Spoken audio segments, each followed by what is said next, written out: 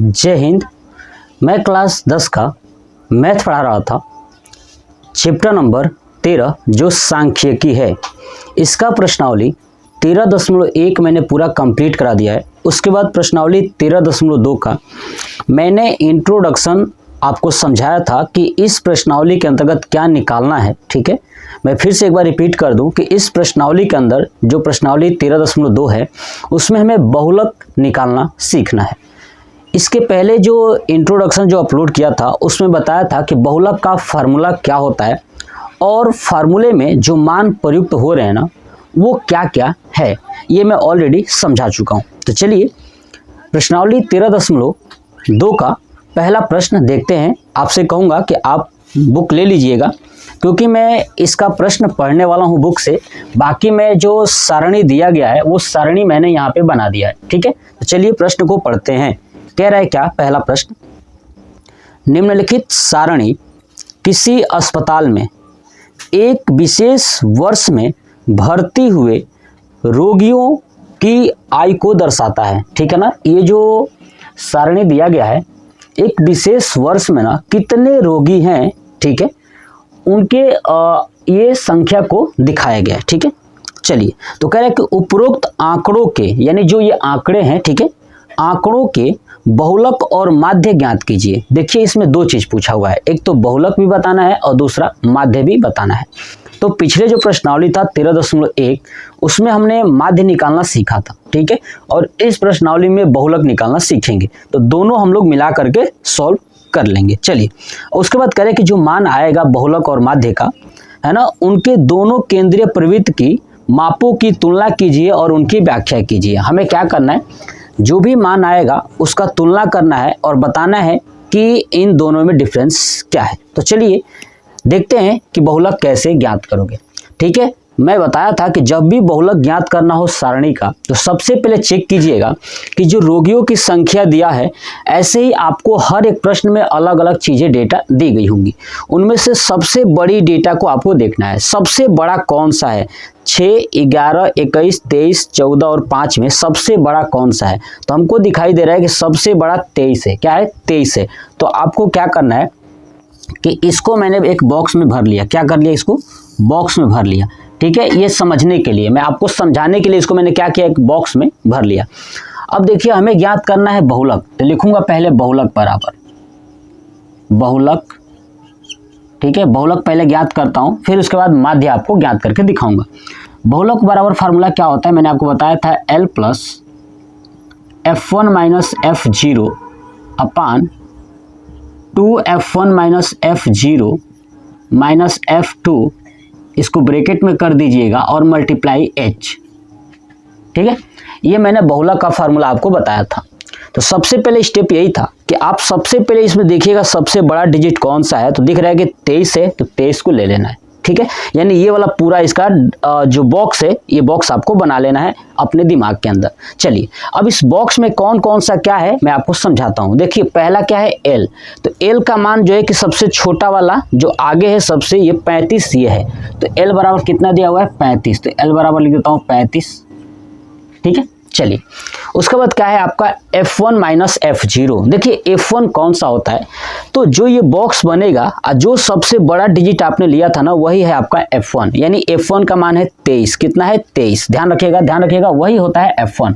तो यहाँ पे लिख देता हूँ F1 बराबर 23। उसके बाद क्या है F0, तो F0 बराबर, अब देखिए जो F1 होता है ना इसका जस्ट ऊपर वाला मान जो है कि F0 होता है ना, F1 के जस्ट ऊपर वाला F0 होता है। तो 21 हो जाएगा, F0 21 हो जाएगा। चलिए तो F1 हो गया, F0 हो गया, नीचे भी वही है। उसके बाद क्या है F2, तो यहाँ पे लिखता हूँ फिर से F2। अब F2 क्या होगा, तो जो ये F1 था, F1 के ऊपर F0 और F1 के नीचे F2, तो ये हो जाएगा 14। क्या हो गया? 14। चलिए उसके बाद हमारा बचा है H, तो लिखूंगा अब H बराबर। अब देखिए H क्या होता है कि इन दोनों, यानी उच्च सीमा ये 45 है और ये निम्न सीमा 35 है, इन दोनों के बीच का अंतर। ठीक है, तो क्या लिखूंगा, H बराबर उच्च सीमा माइनस निम्न सीमा।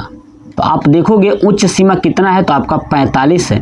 ठीक है, और निम्न सीमा कितना है तो आपका 35 है, तो 45 माइनस 35, ठीक है, ये हो जाएगा आपका 10, यानी h बराबर कितना आ गया, 10 आ गया।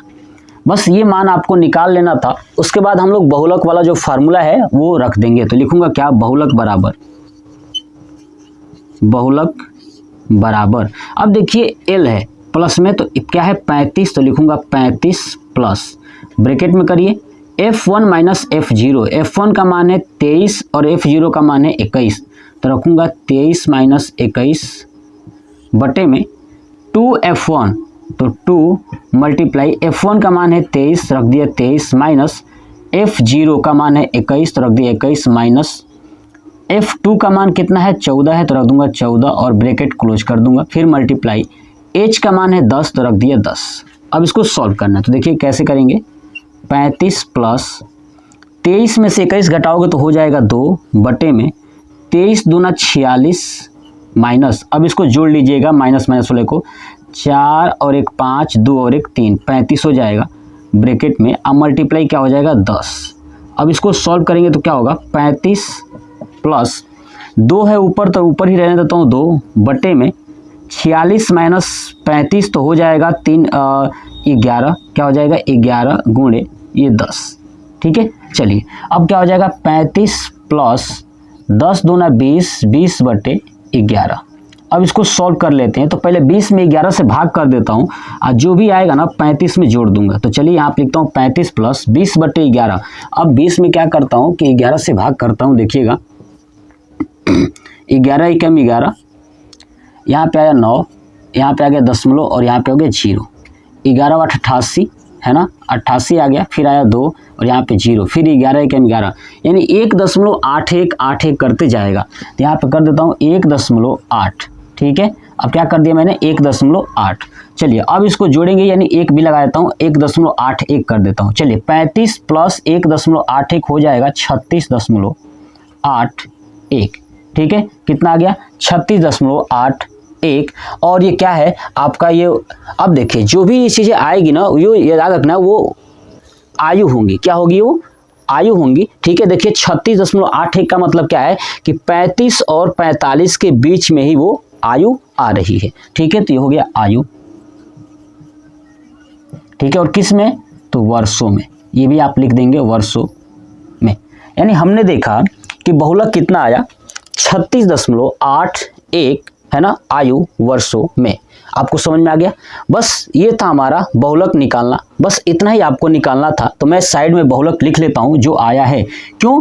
क्योंकि कहा था कि केंद्रीय प्रवृत्ति की मापों की तुलना भी करनी है, मतलब कि बहुलक और जो माध्य निकालोगे उसके तुलना भी करनी है। तो चलिए मैं साइड में लिख देता हूँ बहुलक कितना आया है, 36.81 आया है हमारा ये बहुलक, ठीक है। मैं ऊपर लिख देता हूँ और आप जब कॉपी पे सॉल्व करोगे तो आपका ये रहेगा ही रहेगा।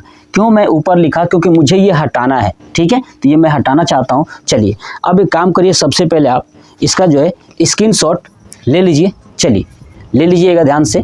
चलिए अब चलते हैं हम लोग इसका माध्य निकालना सीखते हैं। तो पहला इसमें का कॉन्सेप्ट समझ में आ गया ना कि पहला हमें पूछा था कि बहुलक बता दीजिए, तो हमने क्या किया, बहुलक सॉल्व कर लिया कि बहुलक कैसे ज्ञात करना है, ठीक है।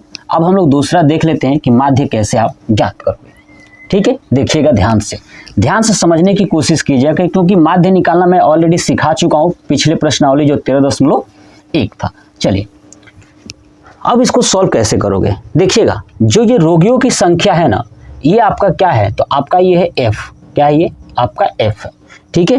अब इसको जरूरत नहीं पड़ेगी तो इसको हटा देता हूँ, क्योंकि अब हमको करना है माध्य ज्ञात करना है, ठीक है। ये तो डायग्राम यही रहेगा, ठीक है। अब इस डायग्राम को आगे की तरफ मैं बढ़ा रहा हूँ, लेकिन आपके एग्जाम में अगर बहुलक और माध्य पूछा जाए तो अलग अलग डायग्राम बनाइएगा।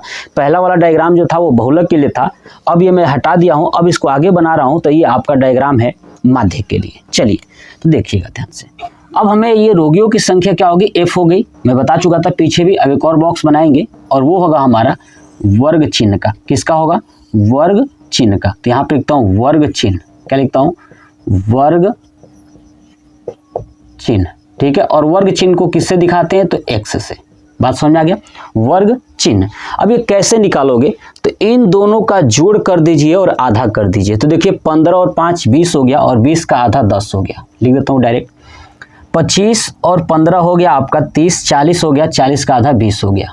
चलिए अब मैं क्या करता हूँ, सबका नहीं निकालने वाला, यहाँ पे देखूंगा 10 से 20 बढ़ा है, 10 जोड़ के, तो इसमें 10 जोड़ देंगे 30 हो जाएगा, 10 जोड़ेंगे 40 हो जाएगा, और 40 में 10 जोड़ेंगे 50 हो जाएगा, 50 में 10 जोड़ेंगे 60 हो जाएगा। क्लियर? चलिए ये समझ में आ गया आपको, यहाँ तक हो गया। अब क्या है, ये वर्ग चिन्ह, वर्ग चिन्ह का मान बड़ा बड़ा है, इसलिए मैं डायरेक्ट यहीं पे अगर सॉल्व करता तो प्रत्यक्ष विधि हो जाता, तो मैं गुणा करने पे मुझे कठिन होगा, इसलिए मैं क्या करता हूँ, आगे चलता हूँ। ठीक है, आगे निकालता हूँ डी का मान, तो डी बराबर क्या होगा, x माइनस ए, क्या हो जाएगा, x माइनस ए। अब बताइए इसमें ए क्या होगा, तो आप किसी भी संख्या को मान लीजिए ना ए, मैं 40 को मान लेता हूँ ए, है ना, 30 को भी आप मान सकते हो, क्योंकि बीचों बीच में मानना है। तो आप देखोगे इसमें तो 6 ही है, 1 2 3 4 5 6, तो कौन सा मानूं, तो या तो 30 ले लेता हूँ या तो 40, तो मैंने 40 ले लिया। ठीक है, चलिए तो ए की जगह पे 40 हो जाएगा, अब x की जगह पे मान दिया ही है, तो x माइनस 40 हो जाएगा, डी बराबर, बात समझ में आ गई ना। चलिए x का मान यहाँ पे 10 है, और 10 माइनस 40 करोगे तो 10 माइनस 40 तो आपका आएगा माइनस 30, ये बात समझ रहे हो। ऐसे ही 20 माइनस 40 तो आपका आ जाएगा माइनस 20, ऐसे ही 30 माइनस 40 है ना, तो क्या आ जाएगा माइनस 10। ऐसे देखिए 40 है ना, 40 खुद x है और a भी है, तो 40 माइनस 40 तो आपका आ जाएगा 0, है ना। चलिए ऐसे ही 50 माइनस 40 तो आपका आ जाएगा 10, और ऐसे ही 60 माइनस 40 तो आ जाएगा आपका 20। ये बात समझ में आ रहा है। चलिए ये हमारा हो गया। अभी देखिए 30 है, 20 है, 10 है, ये भी मेरे हिसाब से बड़ा ही आया है, तो मैं आगे चलता हूँ पग विचलन तक। तो यहाँ पे क्या होगा, u बराबर क्या होता है, d अपान h, और h हमने अभी बताया था बहुलक में कैसे ज्ञात करना है, तो उच्च सीमा माइनस निम्न सीमा। तो h का मान कितना हो जाएगा देख लीजिए, 15 में से 5 गया तो आपका 10 बचा, तो यानी h बराबर हमारा कितना है, तो 10। अब देखिए यहाँ पे बटे में h है और ऊपर d है, तो d का मान माइनस 30 है, इसमें 10 से क्या करना है, बटे में h है ना, 10 से भाग करना है, तो माइनस 30 में 10 से भाग करोगे तो माइनस 3 आएगा, माइनस 20 में करोगे तो माइनस 2 आएगा, माइनस 10 में करोगे तो माइनस 1 आएगा, 0 में करोगे तो 0 आएगा, 10 में करोगे तो 1 आएगा, 20 में करोगे तो 2 आएगा। बात समझ में आ गया। ये हमारा हो गया u का मान। अब हम देखिए ये प्रत्यक्ष विधि, कल्पित विधि और ये पग विचलन विधि। अब आगे निकालूंगा f इंटू यू, क्या हो जाएगा, f इंटू यू। अब f इंटू यू निकाल देता हूँ, यहाँ पे लिख देता हूँ, देखिएगा ध्यान से, f इंटू यू। अब देखिए f का मान है 6 और u का मान है माइनस 3, तो 36 18 माइनस 18। ऐसे देखिए 11 और ये 2 है, तो 11 दूना 22 यानी माइनस 22। समझ में आ गया। चलिए 21 को 1 में करोगे तो हो जाएगा माइनस 21। चलिए 23 को 0 में करोगे तो 0 हो जाएगा, 14 को 1 में करोगे तो 14 हो जाएगा, और 5 को 2 में करोगे तो 10 हो जाएगा। बात ये समझ में आ गया। चलिए अब सबको क्या करना है, हमें जोड़ देना है, सबको क्या करना है, जोड़ देना है। तो ये हो जाएगा सिग्मा एफ यू का मान, किसका, एफ यू का मान निकालोगे, और फिर उसके बाद सिग्मा एफ का भी मान निकालना है आपको। ठीक है, तो सिग्मा एफ का मान पहले निकाल लेता हूँ, कितना है देखिए, 5 4 9 1 10, 10 4 14, 14 और 6 20 का 0 हासिल 2। ठीक है, 2 2 4 5 6 और 1 6 और 2 8, है ना, 2 बचा था तो 8 हो गया। फिर से एक बार कर लेता हूँ, 14 5 19 है ना, 19 1 20 और 10 30। ठीक है, 30 और 30 और 36 36 36 और 1 37, है ना। ठीक है, 37 और 20 हो गया 57, 57 और 3 60, 60 20 80। सही है। चलिए यहाँ पे एफ यू इसको जोड़ लेता हूँ। तो कैसे जोड़ूंगा, माइनस वाले को एक साथ, प्लस वाले को एक साथ। देखिए 8 2 10 और 1 11, 2 2 4 और 1 5 यानी माइनस 6 हो गया, यानी माइनस 61 आया इसका जोड़। ठीक है, चलिए फिर से देख लेता हूँ, 8 2 10 1 11, 2 2 4 2 6। ठीक है, सही है। अब यहाँ पे जोड़ेंगे, इसको हो जाएगा माइनस 24, सॉरी प्लस 24, है ना, 10 और 14 हो जाएगा प्लस 24। अब इसको घटाइएगा, 11 में से 4 गया, कितना आएगा, तो आपको पता है 7 4 11 होता है, तो 7 आएगा। यहाँ पे बचा 5, 5 में से 2 गया आपका 3 आएगा, माइनस 37। कितना आ गया, माइनस 37 आएगा। फिर से एक बार देख लेता हूँ।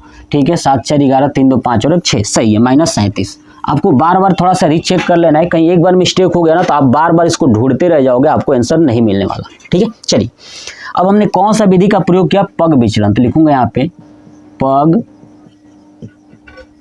विचलन